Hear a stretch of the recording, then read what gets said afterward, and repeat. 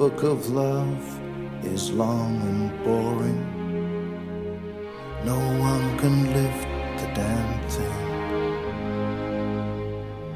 It's full of charts and facts and figures and instructions for dancing. But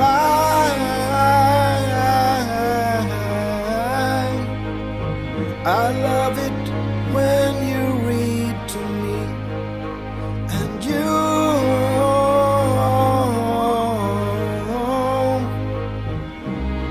can read me anything. The book of love has music in it. In fact, that's where music comes from.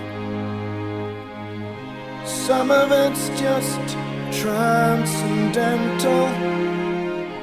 Some of it's just really done. But